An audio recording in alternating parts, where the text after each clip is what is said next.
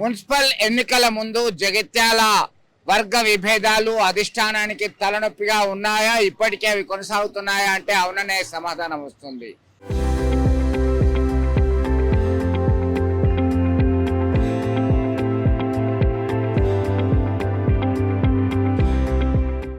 ఒకవైపు MLA doctor Sanjay Kumar, Congress senior నేత మాజీ ఎమ్మెల్సీ జీవన్ రెడ్డి వర్గాల మధ్య పోరు కొనసాగుతూనే ఉంది.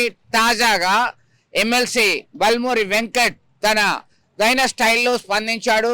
జగిత్యాల్లో జరిగినటువంటి కాంగ్రెస్ పార్టీ సీనియర్ నేతలు ఎమ్మెల్యే ఆధ్వర్యంలో నిర్వహించినటువంటి సమావేశంలో తాను గతంలో హుజరాబాద్ బై ఎలక్షన్స్ సందర్భంగా కాంగ్రెస్ పార్టీ అధిష్టానం చెప్పినట్టుగానే ఎమ్మెల్యే టికెట్తో బరిలో దిగాను, ఆ తర్వాత నేను బలి పశువుని అయ్యాను అని తన అనుభవాన్ని పంచుకున్నారు. అయితే పార్టీయే ప్రథమం, వ్యక్తి కాదు. ఎంత సీనియర్ అయినా ఒక్కసారి చూస్తారు, 2 సార్లు చూస్తారు. అయితే నాలాంటి కార్యకర్తలు చూస్తూ ఊరుకోరు, పార్టీ నిర్ణయానికి కట్టుబడి ఉండాల్సిందే అని డైరెక్ట్లీ ఆర్ ఇండైరెక్ట్లీ మాజీ ఎమ్మెల్సీ జీవన్ రెడ్డికి చురకలు అంటించాడు. దీంతో ఎమ్మెల్యే డాక్టర్ సంజయ్ కుమార్ సమక్షంలోనే జగిత్యాల మున్సిపాలిటీపై కాంగ్రెస్ జెండా ఎగరాల్సిందే, వర్గ విభేదాలు పక్కన పెట్టండి, పార్టీ అధిష్టానం ఎవరికి చెప్తే వారికి మాత్రమే మద్దతు ఇవ్వాలి అని చెప్పి ఆయన చేసినటువంటి కామెంట్స్ చర్చకు దారితీశాయి. ఒకవైపు తన గత అనుభవాన్ని దృష్టిలో ఉంచుకొని, ఎందుకంటే హుజరాబాద్ బై ఎలక్షన్స్ సందర్భంగా కాంగ్రెస్ పార్టీ నుంచి బరిలో దిగడానికి ఎవ్వరూ రాలేదు.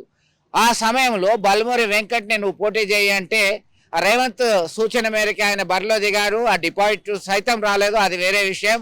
ఆ తర్వాత మన అధికారంలోకి వచ్చే ముందు జరిగినటువంటి సాధారణ ఎన్నికల సమయంలో ఆయన సైతం పార్టీ టికెట్ ఆశించారు. అయితే కాంగ్రెస్ పార్టీ టికెట్ పైన ఉడతల ప్రణవ్ పోటీ చేశారు.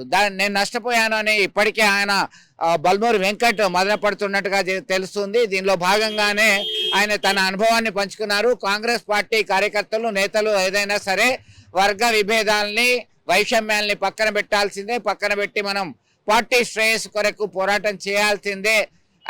పార్టీకి నష్టం చేసే పనులు ఎవరు చేసినా పార్టీ అధిష్టానం, హైకమాండ్ సహించదు. ఆ పార్టీ హైకమాండ్ షేర్కి మనం గౌరవించాలి అని చెప్పి సూచన చేయడం జరిగింది. దీంతో ఒక్కసారిగా మరొకసారి రాజకీయంగా ఈ వ్యాఖ్యలు విభేదానికి తీవ్రస్థాయి చేరడానికి కారణంగా ఉన్నాయని పొలిటికల్ సర్కిల్లో చర్చకు దారితీశాయి. చరిత్ర సృష్టించినోడు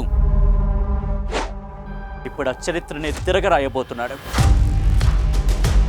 అబద్ధాల గోడల్ని బద్దలు కొట్టి నిజాలను రాగా మీ ముందుంచబోతున్నాడు.